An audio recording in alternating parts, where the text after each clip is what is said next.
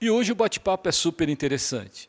Estamos falando com uma pesquisadora que pesquisa algo muito importante, envolvendo a área ambiental, carinhosamente chamado de Malu. A doutoranda Malu, ela sabe bem explicar o que vem a ser essa linha de pesquisa e a importância dela. Malu, o que vem a ser essa linha de pesquisa em questão envolvendo poluentes, fuligem na atmosfera? Bom, os poluentes, a fuligem na atmosfera, eles estão é, persistentes desde milhares de anos. Então, a gente tem eles aí persistindo no meio ambiente faz milhares de anos. Mas hoje a gente vê que a incidência desses poluentes na atmosfera, eles vêm crescendo por conta dos automóveis, das fábricas. Então, nos últimos anos, aqui na América Latina, principalmente Europa, América Latina e América do Norte, a gente tem 70% dessas incidências vindo dos humanos, né? Não só das queimadas de florestas. Isso pode impactar para a gente. Na verdade, eu acho que essa linha de pesquisa é importante porque os impactos a gente já tem noção. Quando a gente vê as queimadas que ocorrem, isso diminui muito a qualidade do ar, as pessoas elas sofrem com problemas respiratórios, sofrem com problemas cardíacos, e esses estudos já vêm sendo feitos, mas ainda pouco se sabe como essas partículas elas vão sair do meio de origem e vão para o meio ambiente, né? Seja atmosférico a gente tem bastante estudo, e hoje a gente também está seguindo aí para o meio marítico, porque tudo é um ciclo. Então, se for para o meio marítico, um momento vai chegar de volta para o ser humano. Agora, quando ele volta para o ser humano, quando a gente usa falar, ou pelo menos intitular, impactos ambientais, deve ser duas palavrinhas muito fortes quando a área é gestão ambiental e envolve várias áreas nesse segmento. O que você poderia me dizer quando se faz uma pesquisa dessa natureza, a contribuição dela para a humanidade em si e para a ciência mundial? A gente está vendo hoje, né, grandes impactos ambientais, como a gente pode dizer. Então, a gente tem as mudanças climáticas, elas estão muito latentes hoje. Então, a gente está vendo aí ondas de calor na Europa, enchentes no Texas que não tiveram, os furacões que passaram nos Estados Unidos acho que foi no começo desse ano, né? A gente também tem várias enchentes ocorrendo. A última enchente que a gente teve no Brasil, do Rio Grande do Sul. Acho que todo mundo também consegue perceber a diferença de temperatura entre o ano passado e esse ano, que esse ano a gente tem ondas de frio, né, frentes frias muito mais latentes, por conta da Laninha, que é um outro efeito climático. Embora o mundo ele gire nesse ciclo de diferenças climáticas, o ser humano ele está acelerando isso. Então, entrar nessa linha de pesquisa é tentar compreender como que o ser humano afeta esse tipo de efeito climático que vai impactar diretamente, né, nos impactos ambientais, e como a gente pode tentar remediar o máximo possível esses efeitos que o ser humano está causando. Então, quando a gente estuda esse tipo de impactos ambientais, a gente estuda a fonte desses impactos ambientais, é tentar trabalhar como que ocorre realmente na natureza para a gente ter o entendimento e um dia tentar remediar o que eles estão causando. Agora, durante a sua trajetória científica, houve um mestrado, né? E nessa linha de mestrado queria saber um pouquinho mais o que você pesquisou. O mestrado eu fiz em parceria com a Faculdade de Medicina da Universidade de São Paulo, no Laboratório de Patologia Experimental e Ambiental. E esse laboratório me cedeu a oportunidade de trabalhar com tecidos humanos. E com esses tecidos humanos, a gente então identificava esses particulados, né, atmosféricos em diferentes partes do corpo do ser humano para entender a persistência deles, o que eles poderiam causar e, a partir daí, seguir algumas linhas de pesquisa. O foco do projeto, né, era iniciar a etapa de identificação cerebral para correlacionar esse tipo de particulado a doenças neurodegenerativas. Então, esse foi o início de todo o projeto, e como eu trabalho no Instituto de Física, a gente fez toda essa caracterização inicial do particulado atmosférico. Entendi. Pensando muito assim, a gente tem que entender que linhas de pesquisas com essa amplitude, né, com essa magnitude e principalmente com esse impacto, né, favorece muito a ciência brasileira. Mas o Brasil em si, o que representa linhas de pesquisas dessa natureza para um país que tende a se desenvolver com velocidade e em que as discussões ambientais são muito acirradas. No Brasil existe, né, todo mundo falando de meio ambiente, discutindo meio ambiente, principalmente porque a gente tem a Amazônia aqui. O que você poderia me dizer da importância da sua pesquisa e da tua ciência desenvolvida para o Brasil e para a ciência mundial? Bom, eu acredito, pensando de uma forma utópica, né, que toda pesquisa, toda aplicação de uma pesquisa, ela precisa de um começo. Então, hoje em dia, eu trabalho mais especificamente, eu aumentei a minha área de pesquisa, então, não só nos tecidos humanos, mas utilizando a mesma técnica no meio marítimo. E esses particulados atmosféricos, eles precisam ser reconhecidos até onde eles podem chegar, como que eles podem se transformar nesses outros meios.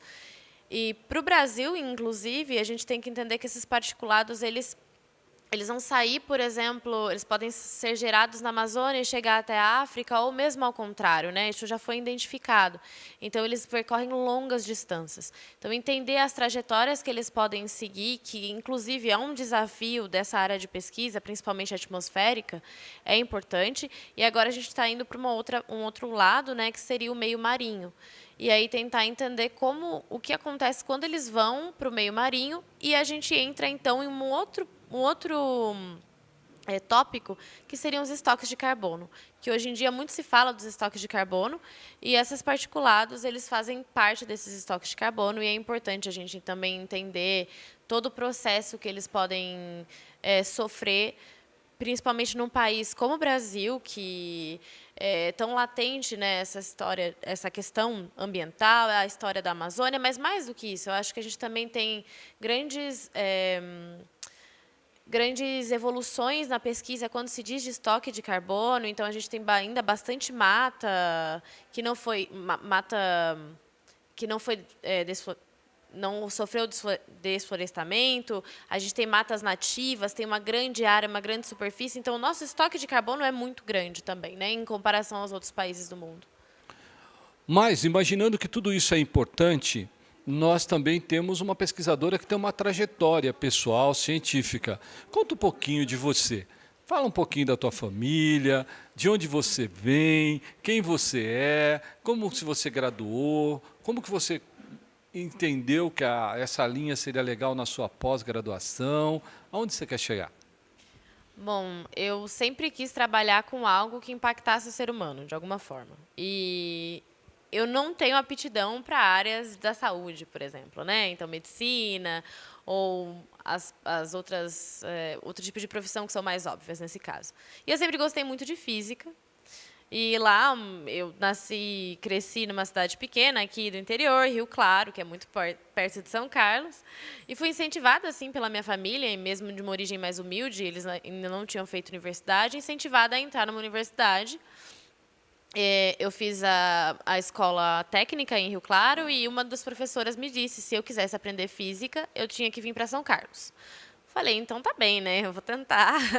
E aí eu consegui, eu entrei na universidade, eu entrei na física, e aí eu fui descobrindo o grupo da biofotônica, que tinha aplicação na área da saúde, que eu achei muito interessante. E comecei a trabalhar mesmo na graduação, nessa área da saúde, com o professor Francisco já. E a partir disso, eu segui trabalhando com a física, né, mais aplicada. E descobri que eu poderia aplicar também na área ambiental. E me fascinou. De alguma forma que, na verdade, eram as duas coisas atreladas, né? Eram a área ambiental aplicada à saúde humana. E isso me fascinou, e eu acho que hoje é algo muito importante, porque, embora a gente já tenha as doenças, elas são causadas por algo, então a gente tem que entender os impactos que a gente está cometendo contra o meio ambiente. E isso realmente me fascinou, e hoje eu quero continuar seguindo, fazendo pesquisa nessa linha. Eu acho muito importante. E também essa questão de fazer pesquisa de base, né? A gente está descobrindo, tudo que a gente descobre é meio que novo, e isso, para mim, é muito legal. Então, sendo uma linha tão importante, quando você ouve falar assim, quem não respeita isso, quem comete os famosos crimes ambientais, de que forma isso chega numa pesquisadora tão dedicada? Crime ambiental é uma coisa muito forte, mas muito forte como? Para quem? Para a humanidade? Eu acho que quando a gente fala de crimes ambientais, isso é muito forte mesmo, é realmente um crime contra a humanidade. Então, quando a gente fala de um crime ambiental, ele não está fazendo um crime contra uma ou duas pessoas, ele está fazendo um crime contra uma sociedade inteira, né? Então, não, sejam as pessoas, sejam os animais, que de alguma forma vai acabar voltando para a nossa sociedade, quando a gente ouve falar desses crimes ambientais, sejam queimadas, seja desmatamento, esse tipo de crime ambiental, ele é muito forte para a nossa sociedade, porque são largas escalas. E quando a gente tem um crime de largas escalas, a gente vai ser completamente impactado, né? Toda a sociedade é impactada. Embora pareça longe para a gente, né, que a gente vê um desflorestamento da Amazônia, um desmatamento da Amazônia ou algo assim, isso vai chegar até nós. Eu acho que muita gente começou a se dar conta só nos últimos anos, né, com o aumento das queimadas, das incidências, as pessoas começaram a se incomodar mais. Eu não me lembro o ano, mas houve uma névoa que veio de das queimadas, grandes queimadas da Amazônia, que deixou a cidade de São Paulo parecendo uma noite escura, né, 3 horas da tarde. Então, as pessoas estão começando a entender esses impactos. Então, quando você fala de crimes ambientais, não é um crime contra uma pessoa, mas contra toda uma sociedade. Não tem como controlar todos os impactos e tudo que ele pode causar. Não tem como controlar para onde ele vai. Essa que é a questão. Pensando dessa forma, você imagina o quanto é importante a área que a Malu está pesquisando, né? E também a gente entendendo que aqui no Centro de Pesquisa em Ótica e Fotônica, essa área está muito presente, né? Muito presente. Principalmente porque aqui tem várias linhas de pesquisas de uma forma multidisciplinar. A ciência é assim, aqui é assim, e assim a gente se interage com o mundo todo. Mas, Malu, conta para mim, quem quer ser um cientista e quem quer sonhar com a tua área, deve pensar o quê, deve imaginar o quê, deve fazer o quê? Existe uma trajetória para quem quer ser, ou pelo menos pesquisar a tua área em questão? Bom, eu acho que para quem quer ser um cientista, a primeira coisa é entender que a ciência, ela precisa de resiliência, então você vai se encantar. Ela é encantadora, né? Ela é encantadora. Quando você vê algo novo, quando você descobre algo novo, ela é encantadora. Ao mesmo tempo que para você descobrir algo encantador, você tem muito trabalho até chegar lá. Você tem que ser persistente e para quem quer ser um cientista é entender que é esse o caminho que a pessoa quer trilhar. Eu entendi isso e eu persigo isso. Eu acredito também que fazer ciência hoje não é fácil, porque as pessoas não entendem muito bem. É claro, é muito difícil a gente mesmo alcançar a sociedade, né? Porque eu acho que quanto mais velho você fica nessa área, quanto mais títulos você vai adquirindo, você vai diminuindo o seu campo de pesquisa. E quanto mais específico fica, mais longe fica de aplicar para a sociedade, né? Para as pessoas entenderem. Mas é muito legal fazer isso, mostrar para as pessoas que é importante ter a ciência e desenvolver a ciência de qualquer forma. Então, para a pessoa que quer sonhar, eu acredito que é isso. Ela tem que realmente sonhar e aí ela tem que persistir atrás do sonho. Não é fácil, mas realmente é bem recompensador. Mas, pensando um pouquinho, agora numa data mais recente, você veio na França. O que você foi fazer na França? É assim mesmo, interagindo aqui com a França e com o mundo todo? A ciência não tem fronteiras? Exatamente. Acho que essa era uma das primeiras características da ciência que me brilhou os olhos, né? Que a ciência não tem fronteiras, de verdade. Então, a ciência é uma língua universal. Quando a gente fala isso, a gente pode ir conversar com todos os cientistas do mundo, que eles vão começar a entender e querer entender o que é a sua área de pesquisa, o que está acontecendo, porque todo mundo é muito curioso. Isso é muito interessante. E eu tive essa oportunidade de trabalhar na França e continuo trabalhando com a Universidade Francesa. Né? Esse trabalho não vai parar. Eu faço os dois doutorados. Então, eu faço doutorado aqui e faço doutorado lá também. Então, eu sou uma aluna, oficialmente, né, uma trabalhadora do laboratório francês. E é muito legal ver como as duas coisas podem se conectar e se complementar. Então, a gente tem aí os, todos os, as linhas de pesquisas que podem ter lá. Então, lá a gente trabalha mais no meio marítimo, com o Mediterrâneo, mas que podem também voltar aqui para o estado de São Paulo para a gente entender o que está acontecendo na atmosfera. Então, é realmente multidisciplinar, interdisciplinar e sem fronteiras. Eu acho isso incrível. É a melhor parte para mim. Estando lá pesquisando animais marinhos ou impactos ambientais em várias, pode ser feito, pode ser, sei lá, em animais marinhos ou mesmo em tudo que possa estar dentro do oceano, inclusive. Imagina onde ela tá, o que ela está pensando e lá na França, né? E lá você pesquisa de que forma? Vocês coletam algum extrato vegetal ou animal? Como que é? Conta um pouquinho dessa história, vai. Isso me surpreendeu bastante, né? Eu, como uma física, eu entrei lá num laboratório de biologia marinha e também de química. E foi muito legal que a ideia do meu projeto era trabalhar, entender como que esse poluente podia se bioamplificar, né? Podia interagir no meio marinho. E a porta de entrada desses poluentes no meio marinho é um pequeno animal, que a gente chama de zooplâncton, né, que ele é bem pequeno, ele tem menos de 1 milímetro, e eles são responsáveis por bioamplificar os poluentes no meio marinho. Então, a partir do momento que eles vão assimilar esse poluente, o tempo de residência que esse poluente pode ficar dentro desses micro-organismos pode impactar até nos peixes que a gente vai comer sem saber, né? E é muito legal porque a gente vai no mar coletá-los. Então, a gente vai lá pescar esses pequenos animais com uma rede, né? A gente vai em alto mar.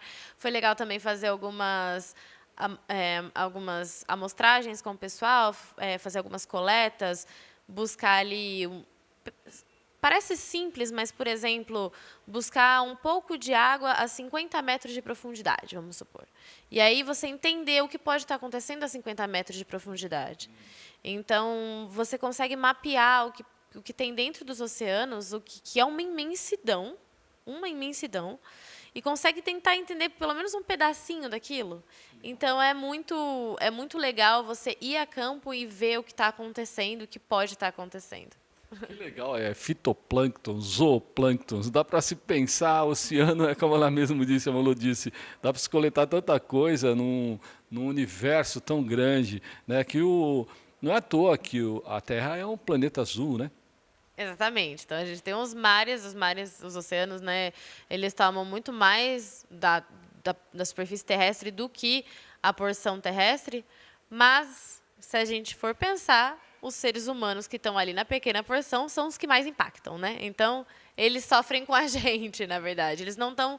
Eles infelizmente não estão salvos, mesmo estando naquela imensidão. Então, os seres humanos eles conseguem impactar de uma forma muito forte toda essa imensidão marinha.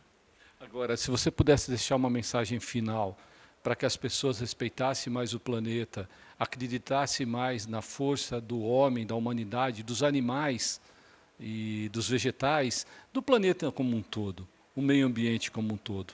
O que você pensa para dizer, gente, pense assim, porque é dessa forma que a gente deve pensar, se emocione assim, porque é assim que a gente deve se pensar. Qual que seria a sua mensagem para aquelas pessoas que nos assistem que precisam se refletir um pouquinho mais? Eu acho que eu vou parecer um pouco distante, talvez, não tão emotiva, mas eu acho que a palavra é bom senso. Entende? O bom senso de você cuidar do que é seu. E a gente escuta isso desde muito pequeno e a gente não consegue entender o impacto que tem essa palavra, bom senso. O que é o bom senso? Se você está dentro da sua casa, você vai cuidar dela para que ela não se deteriore. A mesma coisa é se você está na rua, não faz sentido você jogar o lixo na rua, porque você está deteriorando aquilo. Aquele lixo ele vai voltar para você de alguma forma se você o joga na rua. Ele vai para os esgotos, vai para as águas, ele vai voltar de alguma forma, algum impacto. Principalmente, eu acho que hoje em dia a gente ainda não consegue pensar dessa forma, mas o transporte coletivo é muito importante.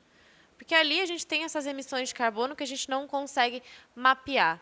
Mas se você usa um transporte coletivo, isso reduz muito. Porque a gente está emitindo a todo momento.